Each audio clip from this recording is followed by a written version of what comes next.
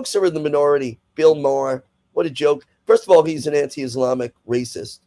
He's a racist pig. That man is a disgusting human being. I don't cancel anybody, but if HBO wants to keep, he's terrible. Terrible. He's terrible. Like, I just don't, you know, let him on. I don't listen to him. He's a pig. He said some horrendous things about people of the Muslim faith, you know, and these guys are now people are going to think that you and I set this up, but we didn't. The very next clip that you see on the screen there, this is the Bill Maher clip, or one of them. I don't think this is the one you're talking about because how you describe it. This is not what he says in it. No, but he said, let's listen. Yeah, now it's very quick. It's part of a Morning Joe. So Morning Joe had 3 cope sessions in one episode today. So this is another cope session, but they are using Bill Maher as to say, look at the liberal, look at the Hollywood liberal, the hip guy. Look, he's right. That's how. So they're looking at Bill Maher. They're using him as a receipt to prove something good in their eyes. As you are giving an analysis of complete opposite, which is Bill Maher is terrible. So just keep that in mind. Let's watch. It's very. Bill Maher's racist. He's an anti-Islamic racist. He absolutely is. And we covered that video where he talks about, he makes those jokes about Muslims. We covered that video before. Yeah, but let's listen to this.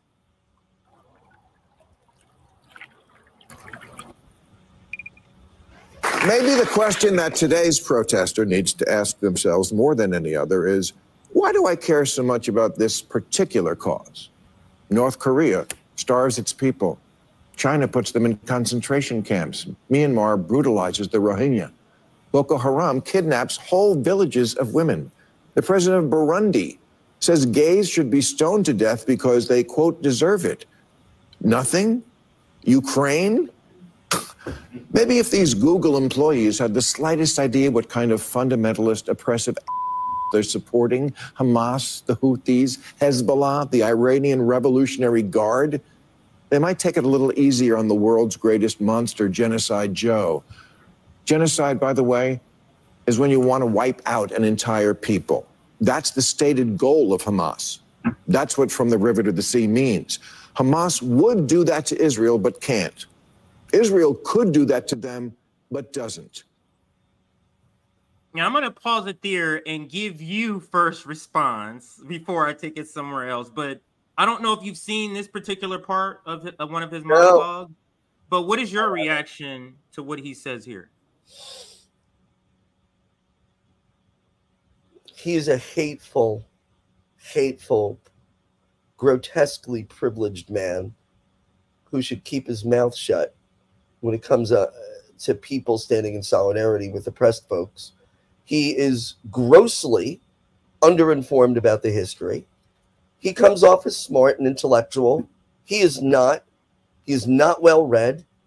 And, you know, he is on the wrong side, as is Joe Biden, as are all these people. And the one thing I keep hearing, why aren't you speaking out about the genocide in Yemen? We are. The students are. We're standing in solidarity with oppressed and colonized people everywhere.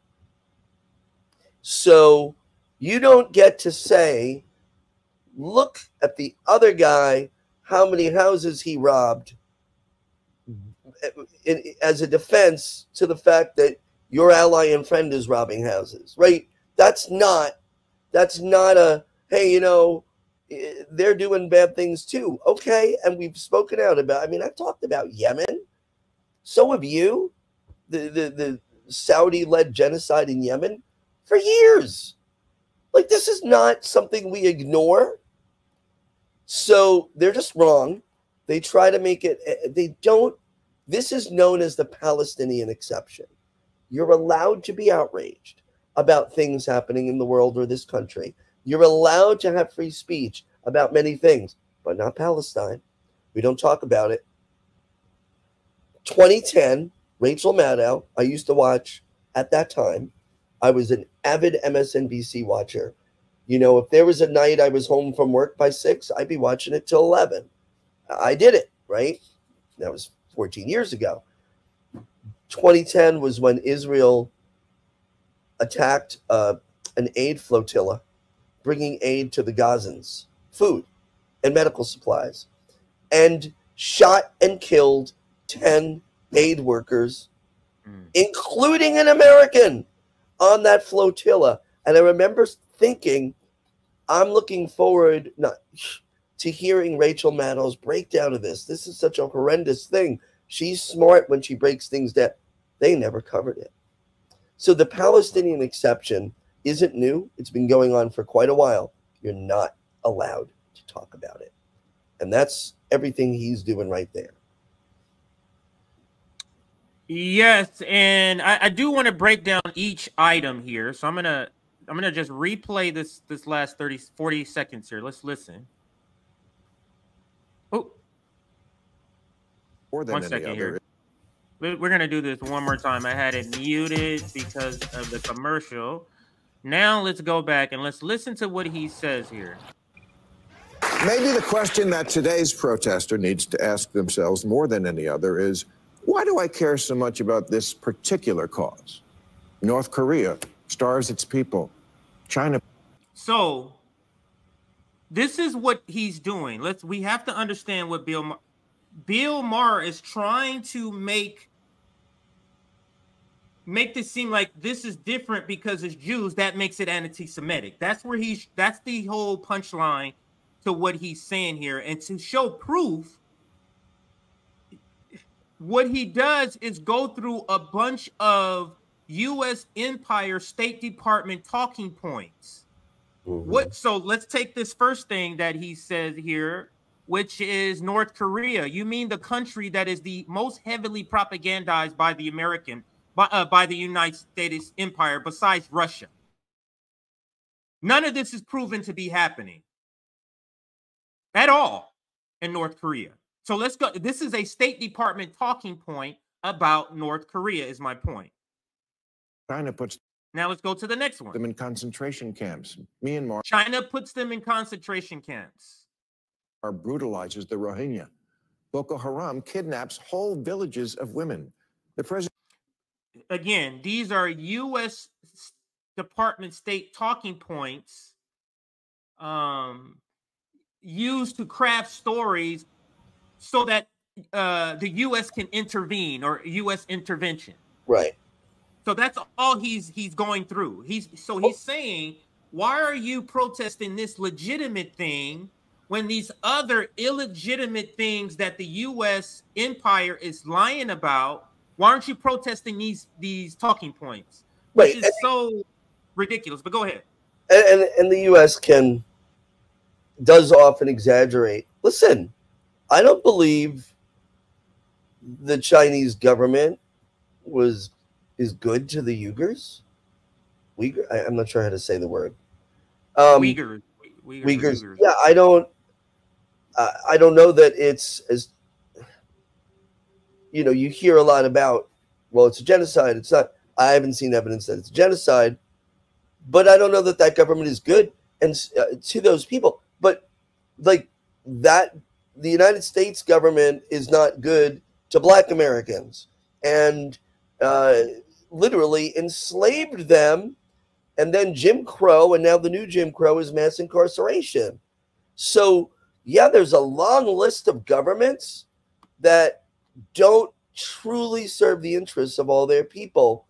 That's not news. What's happening now, according to experts, like people who do this work, is the worst humanitarian crisis in our lifetimes. And don't tell me, and of course they exaggerate North Korea. Nobody knows what's going on in North Korea. We just don't know, right? So there's a reason. Our government, like you said, doesn't want us to know. And China does some great things with poverty and all that. The bottom line is, it's the Palestinian exception. They just don't want us to talk about. Here, look at this injustice over here. Go talk about that. You're allowed to have everything but this. You're not. Yeah. Right? I'm sorry. I thought. Yeah. You're allowed to have every discussion, but this one, the question needs to be asked, why? Why aren't we allowed to talk about the humanity and center the humanity of Palestinians in Gaza and the West Bank. Why is that a threat to you? Yeah, and to this person's comment point about the Uyghur or Uyghur genocide, whichever way you pronounce it, Nick has covered this many times. And if the Uyghur genocide is true, it'll be the only genocide where there's no evidence. Now, we have a genocide happening in Gaza. Are we lacking pictures and videos of the genocide? No. So that's just to speak to the point that you were making about, you haven't seen it. Like, so you don't know. Like, you haven't seen it. And that is the point. Yeah, and that is the point that we make here on RBN, is that this would be the only genocide that there's literally not a picture, not a video, nothing, but you go on Twitter and see all types of evidence. But and that doesn't mean that we just feel that they're treated fairly by the Chinese government. And guess what? There's a lot of struggles around the world where that's going on in our own nation as well. None of those things precludes the discussion of a violent, bloody genocide with an unprecedented amount of arm. In the first couple of months of the war, Israel dropped the equivalent of 2 Hiroshima-sized atomic bombs on Gaza with all the firepower that they dropped on it. This is unprecedented. And it continues, and they're planning a ground invasion of Rafah, and Joe Biden could stop it with one phone call and refuses. And they don't want us to talk about it because Bill Maher and Joe Scarborough and Mika Brzezinski do not see the Palestinian people as human. And Dred Scott in the 1800s, the Supreme Court said black people are 3/5 human. That was a liberal decision. Some people said, amazing, look, the Supreme Court said you're 3/5 of a person. That's incremental progress. The United States, in many instances, still does not see its black citizens as human. We, of course, do not want any discussion of that, or of the fact that Palestinians are the group that our governments and our media are saying it's okay to dehumanize them. Best we don't talk about them. Why don't they just move somewhere else? They're losing. They're completely losing the argument. They absolutely are. Let's listen a little more to this segment past the Bill Maher part. Let's get past the Bill Maher part into something else. Because I'll just kind of talk about what he goes on. He goes on to point out other countries. He goes on to point out how some African countries aren't for gay rights, aren't for homosexual rights. They're not for that. And he thinks because you're not out protesting any of those things, but you're protesting a genocide now, that means something. As if the genocide isn't worse than somebody saying, I don't believe in you having the right to an abortion. Somebody saying, I don't believe in defunding the police. These are positions I agree with. That does not, those positions, in my opinion, do not equate. It's not even equal on the same playing field as a genocide. It's ridiculous. But let's move past that Bill Maher part into some more coping from Joe Scarborough. Outrage and the lack of understanding of the issues. 1 second, I went too far back. Right here. That's what from the river to the sea means. Hamas would do that to Israel, but can't. Israel could do that to them, but doesn't. That's Bill Maher on his show Friday, pointing out the selective outrage and the lack of understanding of the issues.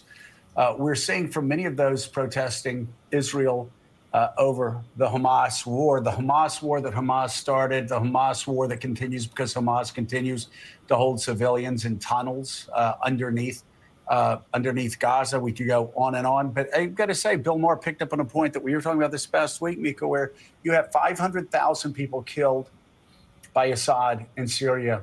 No protests. Colombia went on fine. 500,000 Arabs killed. Nothing. Nothing. Saddam Because that's Hussein, not true. responsible for the death of about 1 million Muslims.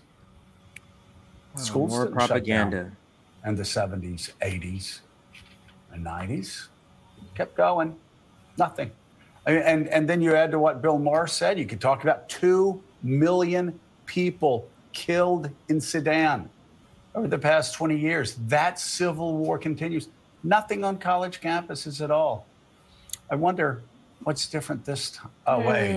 It's actually Israel. Yeah. That's what's different this time. And you could add Ukraine to this. Well, yeah, talk about anything. Ukraine. And you see like you hear the same thing that it's sort of Bill Maher, like Ukraine. What do you mean? Because you're on the side of Palestinians, that means you should be on the side of Ukraine Nazis? You see, like the sort of no subtleties that they give it. Go ahead. Go ahead. No subtleties there. Like, I came out against Russia's illegal invasion of Ukraine. Now, Russia had very good reasons to be upset about what was going on in Donbass and the fear that Ukraine would join NATO. Those were very legitimate concerns, but I don't believe bombing cities is good. So whatever. Point is, I care about the people of Russia. I care about the people of Ukraine. I don't want more Ukrainians to be slaughtered in a war they cannot win. This war could have been negotiated 2 months in. It could have been prevented. So, yeah, we've been speaking out because very consistently many people have demanded a ceasefire in Ukraine for years now, 2 years, and we demand a ceasefire in Gaza, a permanent ceasefire, and then an end to occupation, an end to apartheid, an end to Israel having any influence in what happens in those lands. And, you said it's because it's Israel. That's what Scarborough is saying. And what he's saying is this is Jew hate. And it is not. Jewish Voices for Peace had the first big protest in New York City in October in Grand Central Station. Thousands of Jewish New Yorkers joining hands in solidarity, getting arrested in solidarity with the people of Gaza. They do not hate the Jews. They are Jews. And I want to say one other thing.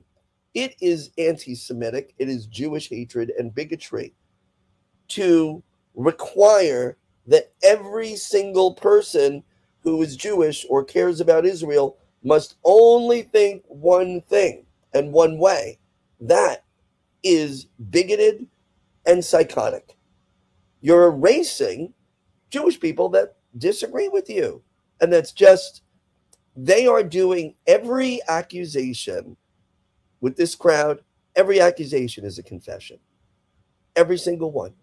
They do the things that they accuse us of. Benjamin Netanyahu literally said from the river to the sea, meaning he wants to get rid of all Palestinians from that land. He's the one who's genocidal. And between Hamas, their military wing, because Hamas is a government, they're not only military, between Hamas and Israel right now, only one of them is actually committing a genocide. Side note, International Criminal Court is preparing warrants. And there is a lot of talk that they're preparing warrants to arrest the head of Israel, Benjamin Netanyahu, and some others on war crimes. I will also say, not talked about as much, is the fact that they are also preparing some arrest warrants for some leaders of Hamas. And if that is the case, if war crimes have been committed and there's a case, fine. Because anytime you target a civilian or kidnap a civilian, that's considered a war crime. But how are they going to spin this? Because once those arrest warrants happen, if they do, for Netanyahu and others in his government, they've got they're not worried he's going to get arrested. They're worried that they lose the moral argument. Now, students can go to the universities and say, the program, the exchange program you have in Tel Aviv, that's with the government run by war criminals. We need to revisit it. we need to revisit our investments because these are war criminals. It's not just that we're saying it, it will be declared it. And that's why Israel is freaking. Not because Netanyahu's worried he's going to be arrested by The Hague. He's worried that they will completely lose the PR war after that. And they will. They're done. That whole government is done. The Biden administration is helping behind the scenes or is trying to prevent that. And it looks like it's going to be unsuccessful.